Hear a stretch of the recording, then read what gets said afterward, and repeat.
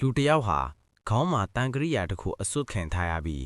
အနှဲငယ်လှက်ရှားလိုက်တာနဲ့အသက်အန္တရာယ်ရှိနိုင်တဲ့အခြေအနေမှာရှိနေပါတယ်။သူ့ရဲ့အားရင်ချိနေနေတဲ့ပုံစံကိုကြည့်ပြီးရန်သူဖြစ်သူကဝမ်းသာအားရရေမောနေခဲ့ပါတယ်။အဲ့ဒီလူအသက်ဘေးနဲ့ရင်ဆိုင်နေရတဲ့အခြေအနေမှာတောင်ထိုလူဟာတုံ့လုပ်ခြင်းမရှိဘဲတီးတီးငိမ့်ငိမ့်နဲ့ပရိတ်တရားတော်တွေကိုရွတ်ဖတ်နေခဲ့ပါတယ်။ရုတ်တရက်ဆိုသလိုရန်သူရဲ့ခေါင်းမှာလည်းအလားတူတန်ကရိယာတစ်ခုစွတ်မိသွားပါတော့တယ်။တန်ပတ်တီတင်းကျပ်လာတဲ့အခါမှာတော့ရန်သူဟာဘလို့ရက်တန့်ရမှမသိပဲထိတ်လန့်တကြပြားရခတ်သွားပါတယ်။ထိုလူကတော့တရားတော်တွေကိုဆက်လက်ရွတ်ဆိုရင်းရန်သူကိုလူသက်လိုတဲ့စိတ်ရိုင်းတွေကိုဆွန့်လွတ်ဖို့တိုက်တွန်းခဲ့ပေမဲ့ရန်သူကနားမထောင်ခဲ့ပါဘူး။နောက်ဆုံးမှာတော့အသက်ဘေးကလွတ်မြောက်ဖို့အတွက်ရန်သူဟာသူ့ရဲ့အကြမ်းဖက်မှုတွေကိုရပ်တန့်ပါမယ်လို့သဘောတူလိုက်ရပါတယ်။